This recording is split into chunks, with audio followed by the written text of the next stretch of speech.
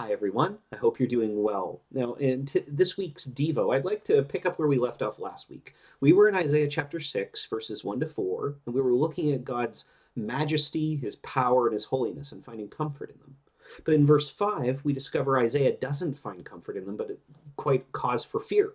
So let's read what he says. Woe is me, for I am lost, for I am a man of unclean lips, and I dwell in the midst of a people of unclean lips. For my eyes have seen the King, the Lord of hosts. Now, a few brief comments.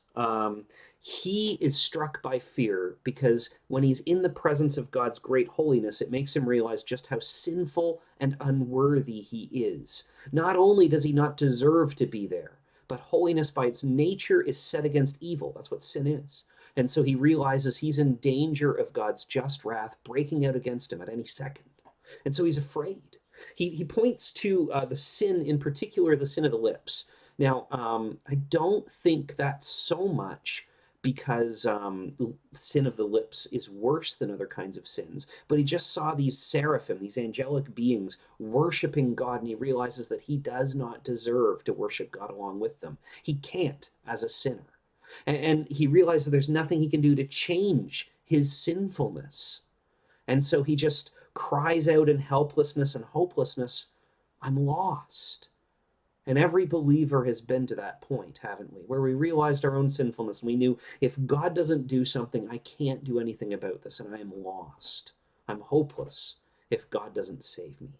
But this is exactly where God steps out through the servant, this is the seraphim, that God reaches and brings the solution that Isaiah can't find himself.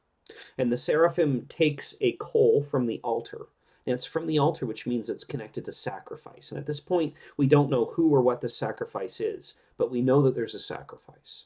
And this coal is put to Isaiah's lips. He identified his lips as the source of his sin. And so it isn't that only the sin of the lips has been taken care of, but symbolically all of his sin, because that's the sin he pointed to. And we don't know what the sacrifice was, as we said at this point. But later on in Isaiah 52 and 53, we discover it's the suffering servant who has died for the sake of his people. And we know that that is, of course, Jesus. And we as believers can say, without Christ, I was lost. But because I've taken his sacrifice and by faith applied it to my own confessed sin, I have had my guilt taken away and my sin atoned for, which means covered forever. Now, what kind of encouragement can we take from this? First of all, I'd like to remind us that it's not a bad thing to be struck by your own sinfulness, even after you've been saved. Because when we're really struck with that sense of our own unworthiness before the incredible holiness of God, the incredible majesty, purity, and power of God, and we think, wow, I don't deserve this. Not only do we elevate God when we lower ourselves, but we also elevate his grace and love and mercy. We realize just how great it really was when we think of just how unworthy we are of receiving it. That's not a bad thing. Even if it is an uncomfortable thing, it can be a source of sweet worship for us. So I encourage not just running immediately to the cross, but remembering first our own lack of worthiness and then applying the cross as the Spirit guides us. The second thing that I want to look at is this.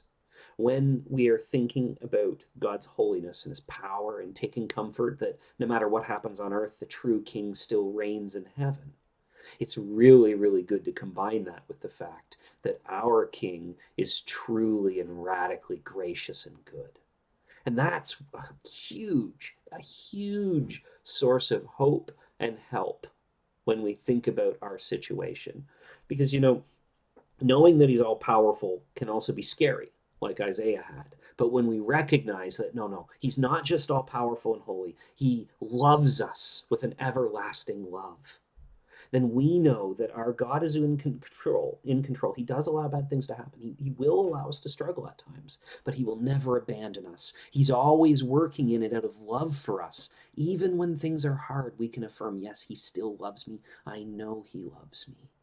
And so that is a great comfort to combine his power and sovereignty along with his incredible love. Believer, take comfort that the God who saved you is the God who is in control and he loves you and will take care of you. God bless you this week.